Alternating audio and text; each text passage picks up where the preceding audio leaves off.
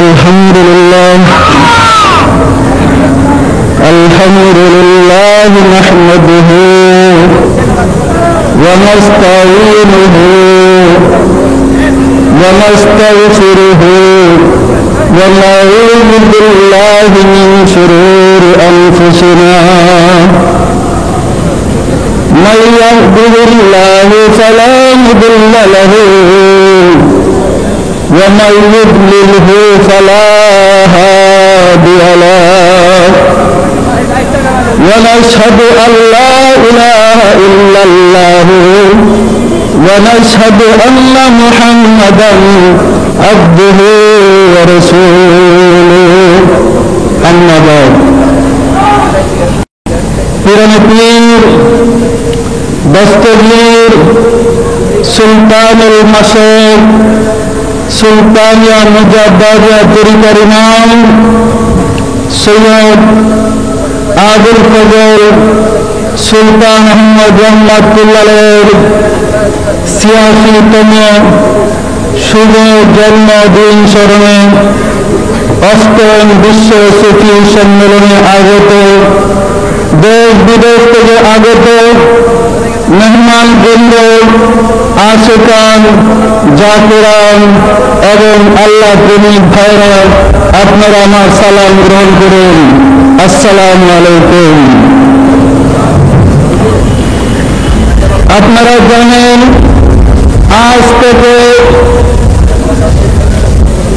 ৮৬ বছর পূর্বে আমার মুর্শিদ ইমাম সৈয়দ আবুল ফজল সুলতান আহমদ রহমাতুল্লাহ দারুল বাকায় তশরিফ নিয়েছেন। তাহারই জন্মদিন স্মরণে আমরা এই সম্মেলনের আয়োজন করেছি। আমাদের এই সম্মেলনের উদ্দেশ্য হয়েছে আমরা যেন আল্লাহর রহমত কামনা করতে পারি, আল্লাহর দয়া পেতে পারি। আমার কাছে অনেকে আলোচনা করেছেন সুফি কাকে বলে, সুফি কি। আসলে ব্যাপারটা বোঝার বিষয়। সুফি বলতে একটা সুন্দর চরিত্রের অধিকারী ব্যক্তিকে বোঝায়। সুফির অর্থ এই নয় জঙ্গলে যেতে হবে, সালার শট করতে হবে, গাছের পাতা খেতে হবে। যে গাছের পাতা খায় সে সুফি নয়। আমি স্পষ্ট বলতে চাই রহমাতুল আলামিন সরকারে দু আলম জনাবে মুহাম্মদ রাসূলুল্লাহ সাল্লাল্লাহু আলাইহি ওয়াসাল্লাম মানুষকে জঙ্গলি করতে আসেন নাই। সমাজে যারা ছিলেন তাদেরকে সুন্দর চরিত্র অনুযায়ী করে, উত্তম চরিত্রের অধিকারী করে সাহাবার মক্তবায় পৌঁছে দিয়ে আল্লাহর বান্দাকে আল্লাহর হাতে তুলে দিয়েছিলেন। কি বলেন? জগতের সর্বকালের সর্বযুগের সর্বশ্রেষ্ঠ সুফি রহমাতুল আলামিন সরকারে দু আলম জনাবে মুহাম্মদ রাসূলুল্লাহ।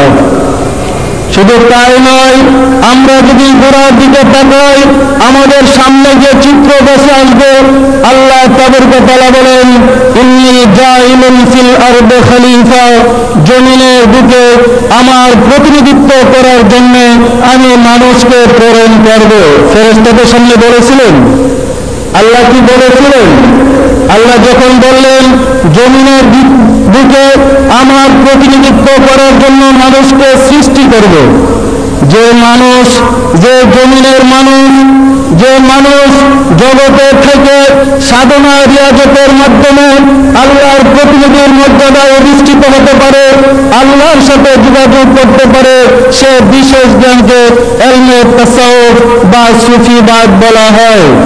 এক কথায় বলা যায় যে বিজ্ঞান সাধনা করলে, যে বিজ্ঞান চর্চা করলে আল্লাহর অস্তিত্ব বাস্তবে উপলব্ধি করা যায়, উহাই ছিল তাসাউফ বা সুফিবাদ। সৃষ্টির আদি থেকে আমরা যদি নবীদের দিকে তাকাই, আমরা ইসরাফিল সালামদের দিকে তাকাই, আমরা পরিষ্কার দেখতে পাবো কোন নবী, কোন রাসূল, কোন মাদ্রাসা থেকে, কোন বিশ্ববিদ্যালয় থেকে জাগতিক কোনো দিক বলে নবী হয় নাই। হয়েছেন কি? এমন কোন ঘটনা আছে? উহা কোন বিদ্যা? যে বিদ্যা অর্জন করার পরে আল্লাহর নবী হওয়া যায়, আল্লাহর রাসূল হওয়া যায়, আল্লাহর প্রতিনিধির মর্যাদা লাভ করা যায়, আল্লাহর সাথে যোগাযোগ করা যায়, আল্লাহর পক্ষ থেকে সংবাদ পাওয়া যায়, সে বিদ্যাকে ইলমে তাসাউফ বা সুফিবাদ বলে। এক কথায় সুফিবাদ বলতে বোঝায় উত্তম চরিত্রের অধিকারী হওয়ার যে বিজ্ঞান, সেই বিজ্ঞান। আমরা পিছনের দিকে তাকালে দেখতে পাবো আমাদের সৃষ্টির আদি থেকে যখনই মানুষ আল্লাহকে বলে বেমালুম স্বেচ্ছাচারী হয়ে পড়েছে, হানাহানিতে লিপ্ত হয়ে পড়েছে, রব্বুল ইজ্জত দয়া করে তার প্রতিনিধি হিসেবে একজন মহামানব পাঠিয়েছিলেন। সেই যুগে তাকে নবী রাসূল বলা হইত। পরবর্তী যুগে তিনি এসে শিক্ষা দিয়ে মানুষকে আদর্শ চরিত্রের অধিকারী করেছিলেন। ওনার শিক্ষাতে তারা আদর্শ চরিত্রবান হয়েছে। সেই নবী, সেই রাসূল ওয়াফাত লাভ করার পরে, জগৎ থেকে বিদায় নেওয়ার পরে মানুষ যখন আবার কিতাব সর্বস্ব হয়ে পড়েছে, নবী আদর্শ ছেড়ে দিয়েছে, আবার প্রয়োজন দেখা দিয়েছে নবী পাঠানোর। সুতরাং পরবর্তী নবী যিনি এসেছেন, আমরা গবেষণা করলে বেরিয়ে আসবে আগের নবীর, আগের রাসূলের বিধান করে পরবর্তী রাসূল হয় নাই। হয়েছেন কি? আগের নবী যে আসমানি কিতাব দিয়েছিলেন, আগের নবী যে দর্শন রেখে গিয়েছিলেন, পরবর্তী যুগের নবী সেই দর্শন অধ্যয়ন করে যে নবী হয়েছেন? দেখা যাবে গবেষণা করলে তিনি নির্জনে তালাশ করেছেন কে তার প্রভু, কে তার মালিক, কিভাবে তার সাথে যোগাযোগ করা যায়, কিভাবে তাকে পাওয়া যায়। কান্নাকাটি করতে করতে হৃদয়ের কপাট যখন খুলে গিয়েছে, রব্বুল ইজ্জতের সাথে যোগাযোগ হয়েছে। মানুষের মাঝে দুইটা রূপ আছে, একটা নফস আরেকটা রূহ। দুইটা আত্মা আছে, একটাকে নফস বলে আরেকটাকে রূহ বলে, একটাকে জীবাত্মা বলে আরেকটাকে পরমাত্মা বলে। মানুষ সাধনা করতে করতে জীবাত্মার খাসিয়তকে যখন পরিশুদ্ধ করতে সক্ষম হয়, তখন তার পরমাত্মার সাথে যোগাযোগ হয়ে যায়। যখন পরমাত্মার সাথে যোগাযোগ হয়ে যায়, আল্লাহর রহস্যের দ্বার তার কাছে খুলে যায়। সে স্পষ্ট সব দেখতে পায় নিজের কলমের মাঝে, নিজের হৃদয়ের মাঝে। যে বিজ্ঞান সাধনা করলে, যে বিজ্ঞান চর্চা করলে নিজের কলমের টেলিভিশন জাগ্রত হয়, টিভির পর্দার মতো কলমে রব্বুল ইজ্জতের কীর্তন দেখা যায়, রব্বুল ইজ্জতের রহস্য উপলব্ধি করা যায়, অতীত ভবিষ্যৎ বর্তমান জানা যায়, সেই বিশেষ জ্ঞানকে তাসাউফ বলে। যতদিন মুসলিম জাতি এই বিশেষ জ্ঞান ধরেছিল, জগতের কোনো মানুষের ক্ষমতা ছিল না মুসলিমদেরকে প্রতিনিধিত্ব লাঞ্ছিত করতে পারে। অনেক ক্ষেত্রে দেখা যায়, যেমন রাসূল সাল্লাল্লাহু আলাইহি ওয়াসাল্লামের জামানায় চরম বিপদে যখন মুসলমানরা চরম বিপদের সম্মুখীন হয়েছে, রাসূলকে ধরে বলেছে, ইয়া রাসূলুল্লাহ, আর কখন আল্লাহ সাহায্য আসবে? এখনই কি রব্বুল ইজ্জতের সাহায্য আসার সময় হয় নাই? আর কখন আমরা আল্লাহ সাহায্য পাবো? সঙ্গে সঙ্গে ওহী আসছে, হে মুহাম্মদ তুমি বলে দাও আল্লাহর সাহায্যের হাত বাড়িয়ে দিয়েছেন। গবেষণা করলে বেরিয়ে আসবে যত নবী যে যুগে যিনি আসছিলেন, প্রত্যেক নবী কোন সমস্যার সম্মুখীন হলে আল্লাহর পক্ষ থেকে সংবাদ পেয়েছেন, সমাধান পেয়েছেন। কি বলেন, পেয়েছেন কি? রাসূলগণ কি সমাধান পেয়েছেন? দুঃখ বলতে দুঃখ হয়, যে যুগের মানুষ কাপড় পরতে জানত না, জ্ঞান বিজ্ঞানে অনেক পিছনে ছিল, সেই যুগের মানুষ যদি আল্লাহর সাথে যোগাযোগ করে এই সমস্যার সমাধান কি হবে আল্লাহর কাছ থেকে ফয়সালা নিতে পারে।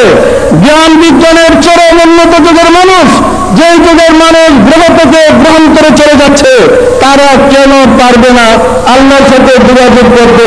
গলতটা কোথায়? আসলে তালাশ করলে দেখব আমরা ফর্মুলা হারিয়ে ফেলেছি, আমরা ফর্মুলা বলে ফেলেছি, আমরা কিতাব সর্বস্ব হয়ে পড়েছি, আমাদের চরিত্রের লেশমাত্র নাই।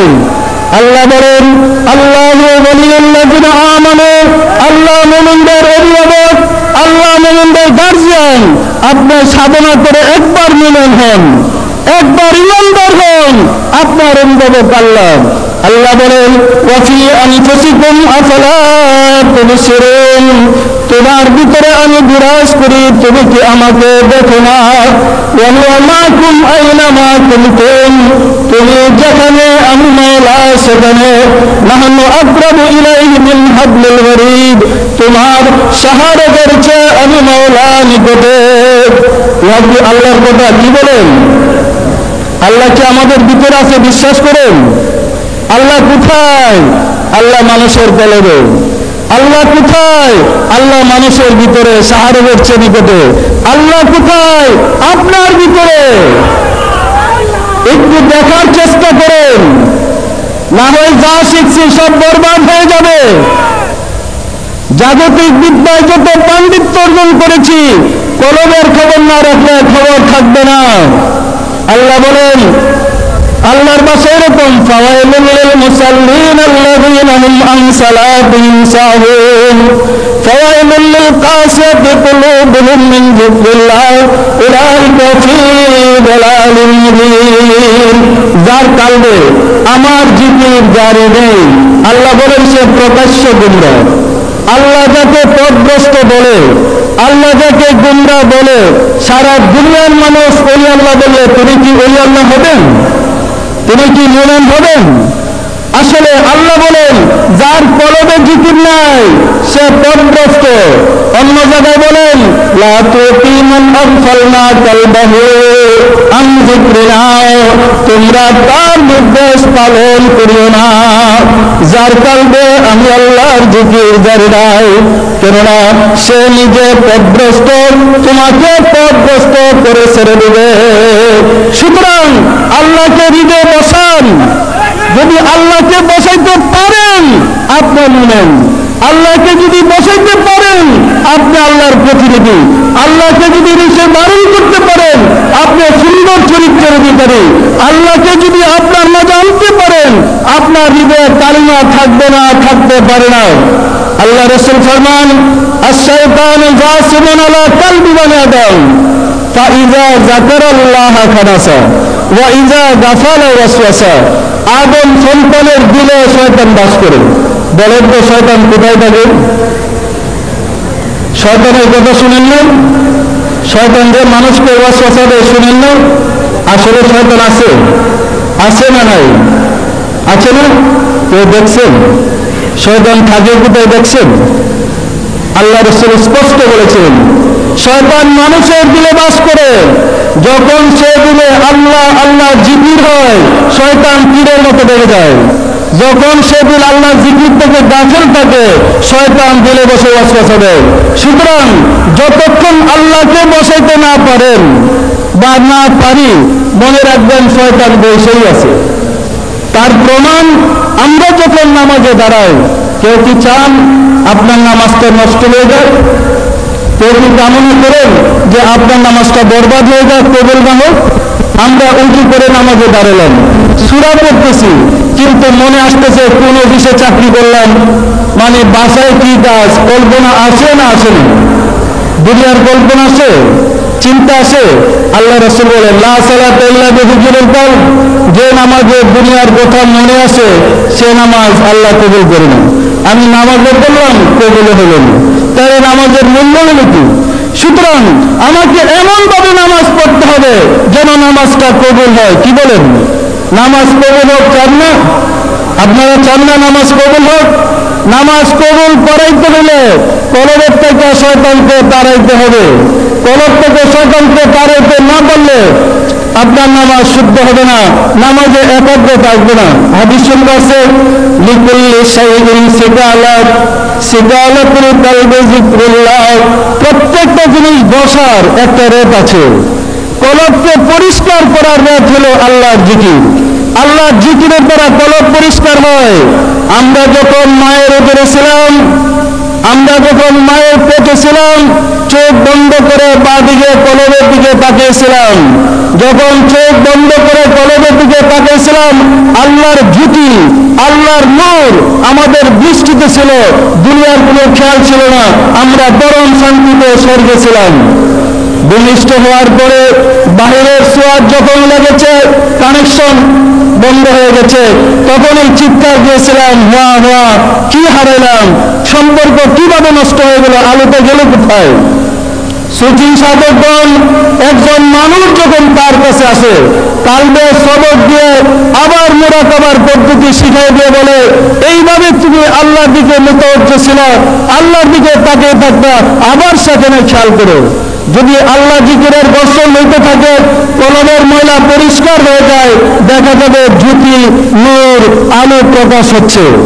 দেখা যাবে টেলিভিশনের পর্দায় যেমন আলো আসে, পরে ছবি চলে আসে, ওরকম দৃশ্য চলে আসে।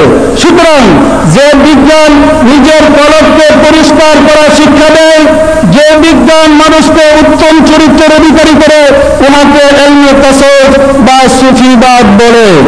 অনেকের ধারণা এই সুফিবাদ দেওয়ানবাগির মতবাদ, কথা কিন্তু সত্য নয়। এই সুফিবাদ দেওয়ানবাগির নয়, এই সুফিবাদ আল্লাহর মতবাদ, আল্লাহ রাসূলের মতবাদ, জামে আম্বিয়াদের মতবাদ, জামে আউলিয়াদের মতবাদ। এই তাসাউফ চর্চা করি 1 লাখ মতান্তরে 2,24,000 নবী হয়েছিলেন। ওনারা কেউ কিতাব পড়ে নবী হন নাই, সাধনা করে নিজের কলবের কপাটকে খুলে আল্লাহর সাথে যোগাযোগ করে শুরু করেছিলেন এবং আল্লাহর পক্ষ থেকে সংবাদ পাইতেন। আমি যদি একটু বলি, আপনারা আশা করে বুঝতে পারবেন। অনেক ভাইরা আছেন, অনেক আল্লাহ প্রেমিকরা আছেন, আপনারা যখন অফিসে বসা থাকেন অথবা বাসায়, হঠাৎ মনের মধ্যে একটা টেলিপাথির মতো একটা সংবাদ আসলো, কে আপনার বন্ধু ইমুকে আসতে পারে, মাঝে মধ্যে কি আসে? আপনার লোক আত্মীয় আপনার কাছে আসতে পারে। আজকে মনে যখন কল্পনা আসলো, পর মুহূর্তে দেখেন সে হাজির। আপনার জানলেন কেমন? এই খবরটা পাইলেন কিভাবে? সুফিরা গবেষণা করে বের করেছে যে আমরা যেমন হারিকেনের আলো দিয়ে গ্রাম বাংলায় লেখাপড়া করতাম, রাত্রে হারিকেনের আলো জ্বালানোর পরে এর ভিতরে কিছু কালি ময়লা জমে গ্লাসটাকে অন্ধকার করে দেয়, আবার এটা বৈশা পরিষ্কার করতে হয়। পরিষ্কার করলে আলোটা দেখা যায়। আর যদি পরিষ্কার না করেন, পুরা গ্লাসটা অন্ধকার হয়ে গেলে এই আলো আপনাকে সাহায্য করতে পারবে না। পারবে? আলো সাহায্য করতে পারবে, কিন্তু আলো জ্বালানো থাকলে হারিকেনটা হাতে নিলে দেখা যাবে ফাঁকে দিয়ে আলো আছে। আপনার ভিতরে যে আল্লাহর নূর আছে, যদি আমরা পাপ করে ডেকে ফেলেছি, মাঝে মাঝে টেলিভিশনের মতো সংবাদ আসতে পারে। আপনি হারিকেনের চিহ্নের মতো, হারিকেনের কাছের মতো একটু কলবটাকে বৈশা নেন আল্লাহর প্রেমের দ্বারা, জিকিরের দ্বারা, একটা সময় আসবে পুরো আলোটা আপনার সামনে চলে আসবে। আপনি কোথায় যেতে চান, সংবাদ আসবে। রাস্তা বন্ধ হয়ে যায় নাই, বন্দার সাথে আল্লাহর যোগাযোগ বন্ধ হয়ে যায় নাই, আমরা বন্ধ করেছি, আমরা ধ্বংস করে দিয়েছি।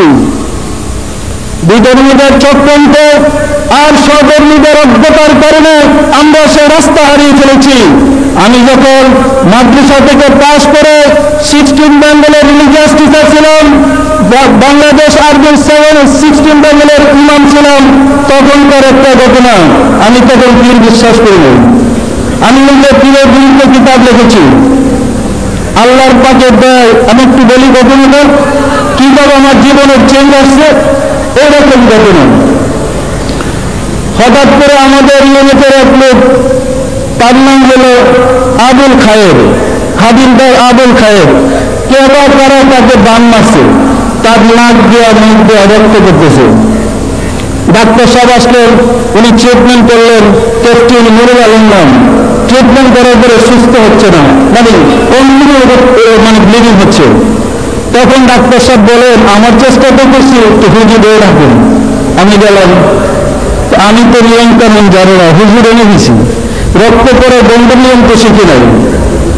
বলে যে না, আপনি দেখেন কি হয়েছে। আমি কোরআনের আয়াত থেকে কিছু আয়াত তেলাওয়াত করে ফু দিলাম। আল্লাহ কি খেলা, বিশ্বাসে আল্লাহ দয়া করে কাজ করে দিলেন, সাথে সাথে রক্ত বন্ধ হয়ে গেছে, সে সুস্থ হয়ে গেছে। আমি দাঁড়ানো থাকতে থাকতে সে সুস্থ হয়ে দেখে গেছে। পরবর্তী সময় যখনই সে ভালো হয়ে গেল, কিন্তু বিপদ চাপছে আমার ঘরে, এদের কেন্দ্রে ভুলের ঘরে। অবস্থা এমন দাঁড়িয়েছে যে আমি ওই সময়টা যখন আসতো, প্রতিদিন আমার তখন বমি হতো, আমার রক্ত বমি হতো না, এমন আমার বমি হতো প্রতিদিন ওই সময়টা আসলেই। দীর্ঘদিন কষ্ট করলাম, আমাদের আর্মির ডাক্তারের চিকিৎসা শেষ করলাম। পরে আমি প্রাইভেট ফ্যামিলির প্রফেসর নুরুল ইসলাম সাহেবের ট্রিটমেন্টে 6 মাস ছিলাম, কিন্তু আমার দুনিয়ার বন্ধ হচ্ছে না। তখন বিয়ে শাদী করিনি। এরপর আমি ভাবলাম নিশ্চয়ই আল্লাহ আমার উপরে নাকশ হয়ে গিয়েছে, আমি আল্লাহর কাছে ক্ষমা চাবো, মাফ চাইব। তারপর থেকে সপ্তাহে 5 দিন রোজা রাখতাম এবং প্রতিদিন আওয়াদিন, চাষ, এক্সট্রা, তাহাজ্জুদ, যত নফল ইবাদত আছে কান্নাকাটি শুরু করছি। আমি তো দৃঢ় বিশ্বাস করি রহমতের সময়, তাহাজ্জুদের সময় ঘুম থেকে জেগে উঠে বসে উজু করে অসংখ্য দুরূদ পড়তাম নবীজির সামনে। নবীজির কাছে দুরূদ শরীফ পড়তাম আর কাঁদতাম আর বলতাম, ইয়া রাসূলুল্লাহ, আল্লাহ তো আমার কথা শুনবেন না, আপনি দয়া করে আল্লাহকে বলে দেন আমাকে ভালো করে দিতে। এইভাবে কিছুদিন কান্নাকাটি করার পরে একদিন যখন আমি রহমতের সময় বসে মুরাকাবায় বসে কান্নাকাটি করতেছি, তাহাজ্জুদের নামাজ পড়ে কাঁদতেছি আর দুরূদ পড়তেছি, হঠাৎ করে দেখি আমার সামনে একটা লোক এসে দাঁড়িয়েছে। লোকটার পিঠ পর্যন্ত চুল, একটা চাদর গায়ে দেওয়া, লম্বা দুধ, এই দাড়ি, একদম শরীয়তের খেলাফ লোক, যেটা আমার মতের একদম বিরুদ্ধে। দাঁড়ে আমাকে প্রথমে প্রশ্ন করলো, বাবা আপনার বন্ধু হয়? আমি জি। জান আজ থেকে হবে না। আবার মনে পেছলে গেল, এবার জানলে তো না আমার বন্ধু হবে। আমি তো নবীজির কাছে কাঁদতেছি, সে আসলো থেকে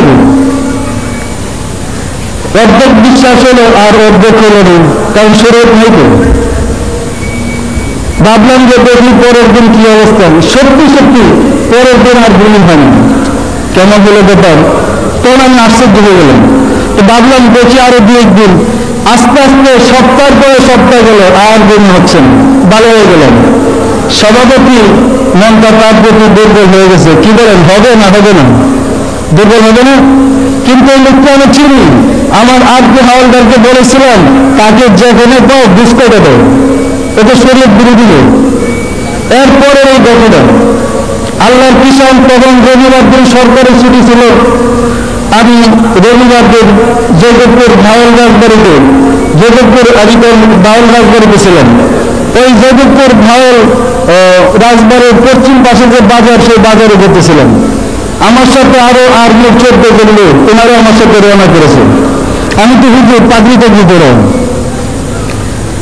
বাজারে যাওয়ার পরে ওই পাগলাকে দেখতে পেলাম, যিনি এসে বলছিলেন জান আর বমি হবে না, তাকে দেখতে পেলাম। আবার মন দুর্বল হয়ে পড়ছে, তার পায়ে জড়ায় পড়বে। সে আমাকে এত বড় সাহায্য করেছেন। তিনি আমাকে তো দেখতে হাসলেন, হাসতে হাসতে আসতে চলে যাচ্ছে। আমি তাকে ফলো করতেছি। কতটুকু গিয়ে সে আস্তে তারপর চাদর তবে প্রস্রাব করতে বসছে। আমার সাথে তো আমার বক্ত আছে 14 জন। আমি তো ইউনিটের হুজুর, একটা পাগল প্রস্রাব করতে বসছে, আমি দাঁড়াই থাকি কিভাবে? এটা প্রেস্টিজের প্রশ্ন না, কি বলেন? তো আমি তো তার দিকে তাকে দেখতে পারছি না। এতটুকু হয়তো 2 গজ দূরে, আমি অন্যদিকে চোখটা ঘুরেলাম। বিশ্বাস করেন মুহূর্তে সে বিলীন হয়ে গেল। এই এক পলক চোখ নড়াইতে নড়াইতে সে হাওয়ায় মিশে গেল। তখন নিজের এলেমের উপরে ধিক্কার আসলো, কি বিপদ করলাম, এবার কোন বিজ্ঞান যে মাটিতে মিশে যায়। প্রায় 2.5 ঘন্টা আমি পুরা রাজবাড়িতে, পুরা বাজারে খোঁজাখুঁজি করছি, আর পেলাম না। এরপর থেকে কান্নাকাটি শুরু হলো, আমি আল্লাহকে পেতে চাই, আমি আমার মালিককে পেতে চাই। আমি যে বিদ্যা শিক্ষা করে একটা পাগল বাতাসে মিশে দিতে পারে, সে বিদ্যা আমার কাছে নাই কেন? আমি কিসের নাই বেরোছি? যে বিদ্যা শিক্ষা করে যে উমর রাসূলকে হত্যা করতে এসেছিলেন, আসে নাই? খোলার দরবারে আসে নাই? যে বিদ্যা শিক্ষা করার পরে উমর মসজিদে নববী থেকে বলেছিলেন, ইয়া সারিয়া আল জাবাল, হে সারিয়া পাহাড়ের দিকে তাকাও। মতান্তরে 900 মাইল দূরে, 500 মাইল দূরে, এই দূরে যে বিদ্যা শিক্ষা করে উমর দেখেছিলেন এবং সেনাপতিকে সাহায্য করেছিলেন, সেই বিদ্যা মুসলমানদের গেল কোথায়? কিসের মুসলমান আমরা? সেই জ্ঞান হারাইলাম কেন? সব কিতাবের ভিতরে ঢুকেছি, আমল গেল কোথায়? চরিত্র গেল কোথায়? ইসলামের চরিত্র কোথায়? সুতরাং যখন থেকে এই রাস্তায় এসেছি, আল্লাহ দয়া করে বুঝাচ্ছেন প্রেম কাকে বলে, কিভাবে আল্লাহর সাথে যোগাযোগ করা যায়, কিভাবে আল্লাহর সংবাদ পাওয়া যায়, কিভাবে আল্লাহর আশ্রয় পাওয়া যায়। অনেক লম্বা ঘটনা। পরবর্তীতে তার জন্য আমি পেরেশান হয়ে গেলাম, তাকে পাওয়ার জন্য ব্যাকুল হয়ে গেলাম। আল্লাহর দয়ায় তিনি আমাকে ধরা দিলেন। আমার কাছে প্রতিদিন তিনি সন্ধ্যা অথবা সকালে আসতেন, আমি তার কাছে যেতাম। একদিন ঘরের দরজা আটকে, আর কেউ নেই, আমার যে খাদেম ছিল তাকে বের করে দিয়ে দরজা আটকে দিলেন। পায়ে জড়ে বললাম, আমাকে মুরিদ করেন, আমি আপনার কাছে মুরিদ হতে চাই, আমি আল্লাহকে পেতে চাই। তিনি আমাকে বললেন, বাবা আমি তোমাকে মুরিদ করতে পারবো না, আমি তোমাকে মুরিদ করতে পারবো না। কেন? আমার কি অপরাধ? আমি ভাবলাম আবার যদি সাথী দেয়। তখন তিনি বললেন, বাবা যিনি আমাদের অলিদের বাদশা, তুমি তার সন্তান। আল্লাহ তোমাকে অলিদের বাদশার সন্তান হিসেবে পাঠিয়েছে। আমি বললাম, আমি তো কোনো আল্লাহর কাছে যাই নাই যে আজ হোক কাল হোক তোমার ওইখানে যেতেই হবে। আল্লাহ পাকের দয়ায় আমার আল্লাহ পাকের অপার দয়ায় আমি বৃত্তি করার সুযোগ হয়েছে। আমার মুর্শিদ পিরাতি দস্তগীর সুলতানুল মুর্শিদ সুলতান মুজাদ্দিদ পীরুল ইমাম সৈয়দ আবুল ফজল সুলতান আহমদ রহমাতুল্লাহ কদম মুবারকে গেলাম।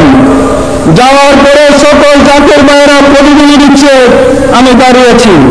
একবার বললেন পদধূলি দেন, আমি কদম মুবারকে হাত দিলাম। আমার মুর্শিদ আমার দিকে তাকালেন, একটা চোখ ছোট আর একটা চোখ বড় করে তাকালেন। আমার মনে হলো হৃদয়টা ছিঁড়ে শেষ করে দিয়েছে। এমন একটা অবস্থা হয়েছে, আমি 5 দিন ছিলাম, আমার ওজুর প্রয়োজন হয় নাই, আমার খাবার প্রয়োজন হয় নাই, আমার দিনের প্রয়োজন হয় নাই। এবং সেদিন থেকে আল্লাহ দয়া করে বুঝাইছে আল্লাহর প্রেম কি জিনিস। আপনারা জানেন ওমর ফারুক রাদিয়াল্লাহু তাআলার বুকের উপরে হাত দিয়ে রাসূল যখন তাওয়াজ্জুহ অ্যাপ্লাই করেছিলেন, ওমর ফারুক রাদিয়াল্লাহু তাআলার কলমের দরজা খুলে গেল। এবং সাহাবায়ে কেরামদেরকে রাসূল যখন তাওয়াজ্জুহ অ্যাপ্লাই করেছেন, সাথে সাথে তারা আল্লাহর প্রেমে দেওয়ানা, আশেক, পাগল হয়ে গেছেন।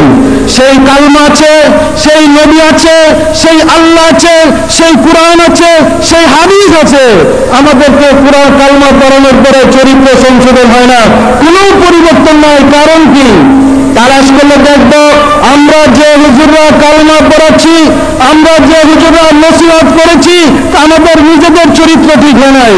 সুতরাং আমাদের অ্যাকশন করছে না, কালমার কোনো অ্যাকশন হচ্ছে না। আপনারা জানেন রাসূলকে মক্কা থেকে পাড়ি দেওয়ার পরে, রাসূল হিজরত করার পরে যত মুসলমান ছিল, মা বাবা ছেলে মেয়ে ধন সম্পদ বাড়ি ঘর সব ফেলে দিয়ে রাসূলের জন্য মদিনায় চলে গিয়েছিলেন কি? গিয়েছিলেন। আজকে আমরা যাদের কাছে কালমা পড়ি, তাদের কথায় কয়জন পাপের কাজ করেছি? কয়জন পাপ করবে সে যে আল্লাহর আশা করেছি? কি বিশ্বাস আমরা করলাম? সুতরাং আমাদের যখন এই তাসাউফ আমাদের থেকে সরে গিয়েছে, আমাদের কোনো অ্যাকশন হচ্ছে না। তাই আজকের এই বিশ্ব সুফি সম্মেলনের আমার উদ্দেশ্য ছিল আপনাদের সবার সাথে আলোচনা করা। এই খেয়ালে আমরা যেন জানতে পারি আমাদের মুক্তির রাস্তা কোনটা, কোন পথে গেলে আমাদের মুক্তি হবে। আপনারা মুক্তি পেতে চান না? হাত দেন। আপনারা মুক্তি পেতে চান? আমার আল্লাহকে সাক্ষী রেখে আমি বললাম, আল্লাহ তোমার বান্দারা মুক্তি পেতে চাই, তুমি দয়া করে মুক্তির ব্যবস্থা করে দাও। হাত নামান। আমি কেন সুফি সম্মেলন করেছি? অনেক ভাই আমার শ্রমিকদের কাছে, আমার কর্মীদের কাছে বলেছেন, আমরা তো সুফি না, আমরা ওইখানে গিয়ে কি লাভ হবে? কেন আমি সুফি সম্মেলন করেছি? আসলে ঘটনাটা এইরকম। হাদিস শরীফ আছে, আল্লাহ রাসূল বর্ণনা করেন, ঘটনাটা এইরকম।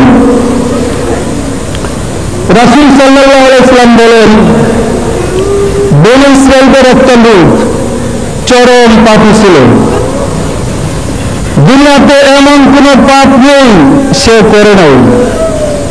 তারপরে তার মধ্যে অনুশোচন আছে, আমি মাফ পেতে চাই। পাপ করতে করতে 199টা খুন পর্যন্ত করেছে। পাপ করতে করতে শেষ পর্যন্ত 99টা খুন করেছে। আর দুনিয়ার সব পাপ করেছে, তার মধ্যে একটা আকাঙ্ক্ষা থাকছে, আমি মাফ পেতে চাই। ছুটে গেলেন বনী ইসরাঈলের এক হুজুরের কাছে, যিনি কিতাব সর্বস্ব ছিলেন। হুজুরের কাছে গিয়ে বললেন, হুজুর আমি দুনিয়ার যত পাপ আছে সব করেছি, সর্বশেষ আমি 99টা খুন করেছি। হুজুর বলেন তো আমি কি মাপ পাবো? আমার ভাগ্যে কি মাপ আছে? হুজুর যেহেতু পণ্ডিত ছিলেন এবং হুজুর যেহেতু উচ্চ আসনে আসীন ছিলেন, তিনি বললেন, হে নির্দোষ, আল্লাহ যদি তোমাকে মাফ করে জাহান্নামে কাকে নিবে? তুমি বলতেছো দুনিয়ার সব পাপ করেছো, 99টা খুন করেছো, তোমারে মাফ করলে জাহান্নামে যাবে তো?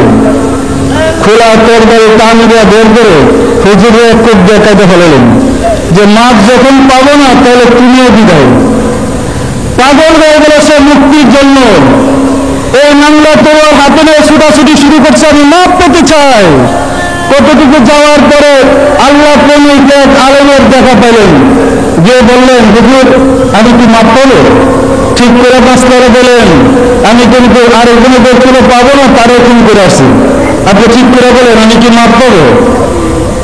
ওই হুজুরে বললেন, তিনি যেহেতু আল্লাহর প্রেমিক ছিলেন, আল্লাহর আশিক ছিলেন, তিনি বললেন, তোমাকে মাফ না করার কোন কারণ তো আমি দেখছি না। হ্যাঁ তুমি মাফ পাবে, আল্লাহ না গাফফারুর রহিম, তুমি নিশ্চয়ই মাফ পাবে, তবে আমার কাছে না। ওই গ্রামে কিছু ওলি আল্লাহ, আল্লাহ প্রেমিক, আল্লাহ গবেষণা করতেছে, আল্লাহ জিকির আজকারের নিয়ম আছে, আল্লাহ প্রেমিক আছে, তুমি তাদের কাছে যাও, তাদের কাছে গিয়ে ক্ষমা চাও, তাদের মাধ্যমে আল্লাহর কাছে ক্ষমা চাও, অবশ্যই আল্লাহ মাফ করবেন। ওই ব্যক্তি 100 খুন করার পরে পেরেশান হয়ে গেল মাফের জন্য, ছুটছে সুজা ওই ওলি আল্লাহদের মজলিসের দিকে, আল্লাহওয়ালা আলেমদের মজলিসের দিকে ছুটছে পাগলের মতো, বেহালের মতো। এমন সময় মালাকুল মউত সামনে হাজির হয়ে গেল, হাজির হয়ে বলে, আর তোমাকে সময় দেওয়া যাবে না, তোমার হায়াত শেষ হয়ে গেছে। রূহ কবজ করে দিলেন। রূহ কবজ করার পরে 2 দল ফেরেশতা চলে আসে। একদল ফেরেশতা ইল্লিনে নিয়ে যাবেন, আরেক দল ফেরেশতা সিজ্জিনে নিয়ে যাবেন। ইল্লিনের ফেরেশতারা বলে, যেহেতু সে আল্লাহর বন্ধুদের স্মরণ করে আল্লাহর বন্ধুদের মজলিসে তওবা করার জন্য রওনা করেছিলেন, সে মাফ পাবে। সিলিমের ফেরেশতারা বলে, সে এখনো তো ওলি আল্লাহদের কাছে যায় নাই, আল্লাহর আলেমদের কাছে যায় নাই, আল্লাহর প্রেমিকদের কাছে গিয়ে তওবা করে নাই, সুতরাং সে মাফ পাবে না। 2 দলে ঝগড়া বেজে গেছে। আল্লাহ তাবারক ওয়া তাআলার প্রেমের সাগরে জোয়ার বইতে শুরু করল। আল্লাহর মধ্যে প্রেমের সৃষ্টি হয়ে গেল। রব্বুল ইজ্জত একজন ফেরেশতাকে পাঠিয়ে দিলেন, যে বললেন, হে ফেরেশতা যাও, ওই ফেরেশতাদেরকে গিয়ে বলো যে পাপী তওবা করার জন্য আমার বন্ধুদের স্মরণ করেছিল, ওই পাপীর বাড়ি থেকে আমার বন্ধুদের মজলিস থেকে মেপে দেখো, যেখানে তার রূহ কবজ করা হয়েছে অর্ধেকের বেশি বা কম দিয়েছে। যদি সে অর্ধেক রাস্তার বেশি গিয়ে থাকে তবে সে মুক্তি পেয়ে যাবে। ফেরেশতা সে সংবাদ দিলেন। রব্বুল ইজ্জত দেখেন, হায় হায়, সে তো এখন অর্ধেকের বেশি যায় নাই, অর্ধেকের চেয়ে 1 বিঘত কম। আল্লাহ তাবারক ওয়া তাআলা তখন জমিনকে বলল, হে জমিন, এই বান্দার রাস্তাকে আমার বন্ধুর বাড়ির দিকে ধাক্কা দিয়ে আগাইয়া দাও। সে যদি আমার বন্ধুদের স্মরণ করে মাফ না পায়, আমার বন্ধুরা যে বেইজ্জতি হয়ে যাবে, অপমান অপদস্থ হবে। তাই বাবারা, আমি বিশ্ব সুফি সম্মেলন করে আপনাদেরকে দাওয়াত দেওয়ার উদ্দেশ্য হয়েছে, আমরা যদি এই সম্মেলনে আসতে পারি আর সবাই যদি সুফিদের সাথে হাত উঠায়া আল্লাহর কাছে মুনাজাত করতে পারি, আল্লাহ কি আমাদেরকে মাফ করতে পারেন না? কি বলেন, পারেন? মাফ করতে পারেন? আমরা মাফ পেতে চাই না? আমরা কি ইবাদত করে মুক্তি পেতে পারবো? ইবাদতের দ্বারা করে মুক্তি হবে? আল্লাহর দয়া করার কোনো পথ নাই। তাই আমরা এই বিশ্ব সুফি সম্মেলনের আয়োজন করেছি। আমার আহ্বানে দেশ বিদেশ থেকে আপনারা যারা মেহমানরা আসছেন, অতিথিরা আসছেন, সম্মানিত অতিথিবৃন্দ আসছেন, দীর্ঘ সময় আপনারা কষ্ট করেছেন। আসলে আমি ফকির, আমার দিদার কিছু নেই, আমি ফকির। তবে আমি রব্বুল আলামিনের কাছে আপনাদেরকে বলবো, তিনি যেন দয়া করে আমাদের সবার গুনাহ মাফ করে দেন। আসুন আমরা সবাই আল্লাহর উপরে তওবা করে আল্লাহর কাছে মুনাজাত করি। আউযু বিল্লাহি মিনাশ শাইতানির রাজীম। বিসমিল্লাহির রহমানির রহিম। আস্তাগফিরুল্লাহ রব্বি মিন কুল্লি জামরে ওয়া আতুবু ইলাইহি। আয় আল্লাহ, জীবন ভর নফসের খাহেশে, শয়তানের ফেরেবে যত প্রকার গুনাহ করেছি, সমস্ত গুনাহ হইতে তোমার নিকট তওবা করিতেছি। আয় আল্লাহ, দয়া করিয়া আমার তওবা কবুল করে আমার গুনাহ মাফ করে। লা ইলাহা ইল্লাল্লাহ মুহাম্মাদুর রাসূলুল্লাহ। সবাই মুনাজাত করেন, আল্লাহুম্মা আমিন, আল্লাহুম্মা আমিন, আল্লাহুম্মা আমিন। ওয়াদাল মাওলাদাল খুদা ওদম কাঙ্গাল বিখুকেরা বাদে রহমতে বিশ্ব সুফি সম্মেলনে, অষ্টম বিশ্ব সুফি সম্মেলনে অংশগ্রহণ করলাম, জমায়েত হলাম, আলাপ আলোচনা করলাম। তওবা করে তোমার দরবারে হাত দেওয়া মাফ চাই।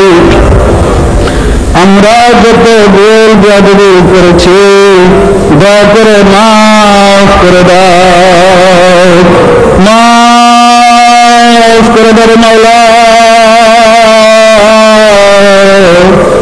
দয়া করে আমাদেরকে মাফ করে দাও, আমাদের সম্মেলনকে কবুল করে নাও, আর ফজিলত পৌঁছে দাও তাজদার মদিনা সরকার দো আলম হযরত মুহাম্মদ মুস্তাফা আহমদ মুস্তাফা সাল্লাল্লাহু আলাইহি ওয়াসাল্লাম।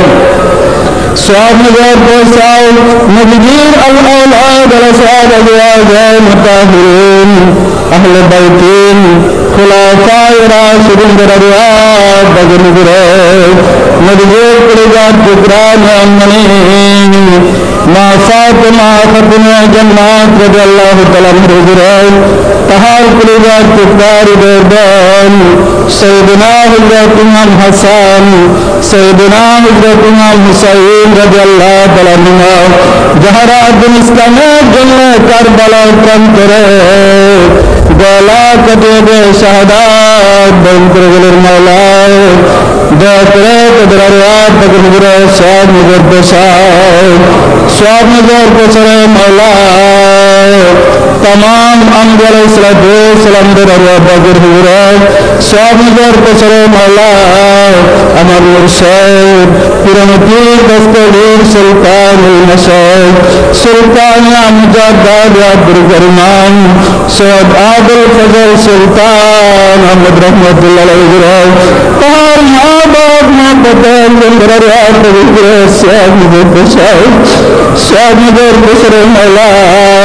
হযরত খাজা বাউদ্দিন নকশবন্দ রহমতুল্লাহ আলাইহি, হযরত মুজাদ্দিদ আল কায়সানি রহমতুল্লাহ আলাইহি, হযরত খাজা মাইনুদ্দিন চিশতি রহমতুল্লাহ আলাইহি, হযরত বরদীর আব্দুল কাদের জিলানী রহমতুল্লাহ আলাইহি, তাহাদের তরিকতের সিলসিলায় যত পীর ওলি গাউস কুতুব তামাম পৃথিবীর মুমিনাত যে যেখানে কাল করে শ্রমলায় দয়া করে দুঃখ দয়া করে দিতে পদরায়া তগরিবরে সব উদ্দেশ্য মাওলা যায় আমরা দুঃখ করা যারা তোমার শহীদের বড় হাত উঠালাম আমাদের আপনা পণ গর্ব ধর্মী মা জননী জন্মদাতা পিতা মহাদেবের স্ত্রী শ্রদ্ধা শ্বশুর শাশুড়ি দাদা দাদি নানা নানি খালা খালা আপন ভাই আপন বোন গ্রামবাসী পাড়া প্রতিবেশী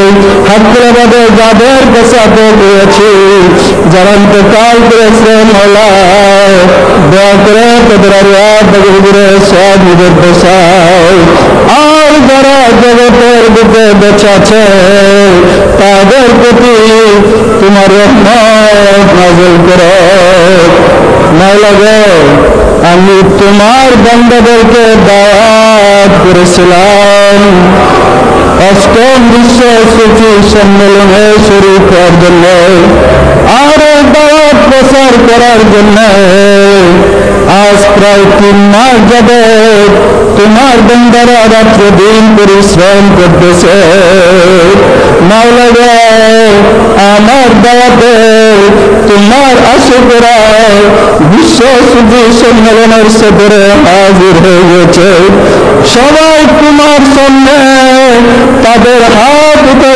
প্রণাম করতে চেয়েছে তারা মুক্তি পেতে চায় আমরা মুক্তি পেতে চাই আমরা তোমাকে পেতে চাই মাওলা গো আমার কর্ম ছিল দাওয়াত করে তোমার সামনে হাজির করে দেওয়া এখন শুধু তোমার কাজটুকু বাকি তুমি দয়া করে আমাদের সবাইকে কবুল করে দাও আমাদের জীবনের গুনাহ মাফ করে দাও মাওলা গো পাপ করতে করতে আমাদের কলব অন্ধকার হয়ে গেছে তুমি আমাদের কলবকে দয়া করে পরিষ্কার করে দাও মাওলা গো আমরা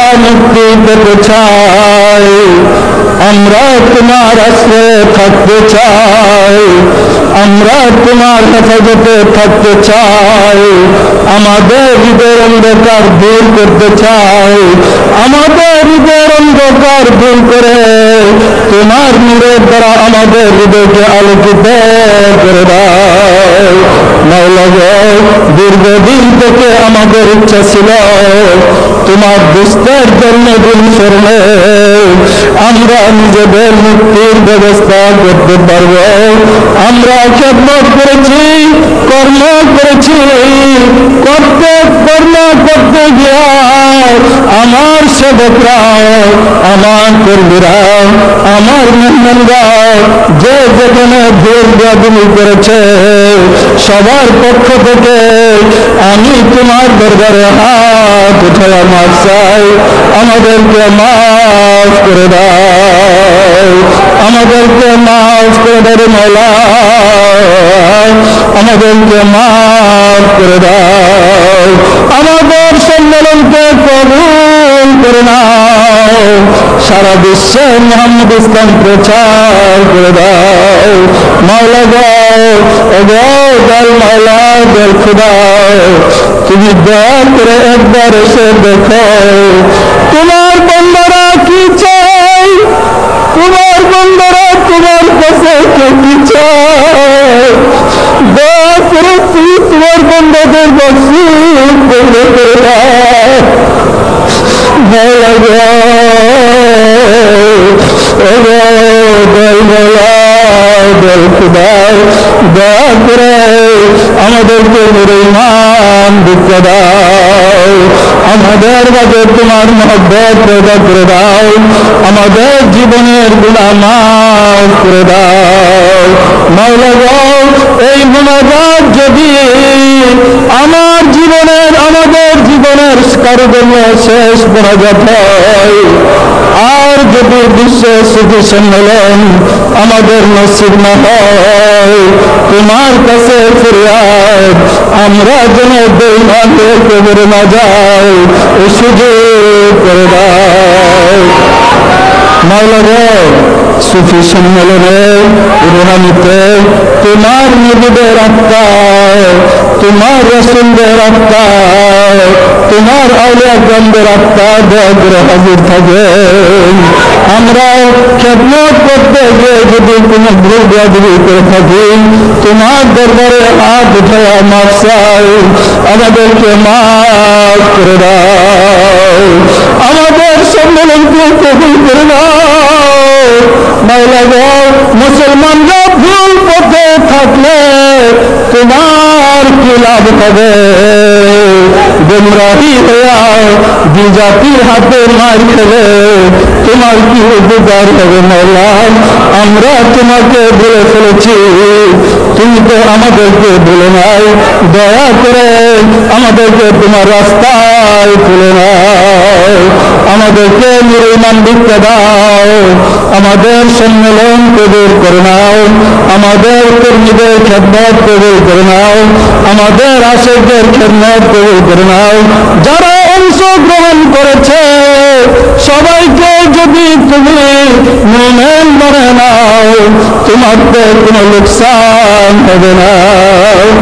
আর যদি আমাদেরকে বিপদ হিসাবে করে দাও, তোমার তো কোনো লাভ হবে না। মাওলা, দয়া করে আমাদের মুনাজাত কবুল করে নাও, সারে দুনিয়ায় মুহাম্মদ ইসলাম প্রচার করে দাও, নবীর আদর্শকে ধরে রাখবার সুযোগ করে দাও। মাওলা গো, আমাদের মুনাজাত দয়া করে কবুল করে নাও। আমিন। লা ইলাহা ইল্লাল্লাহু মুহাম্মাদুর রাসূলুল্লাহ।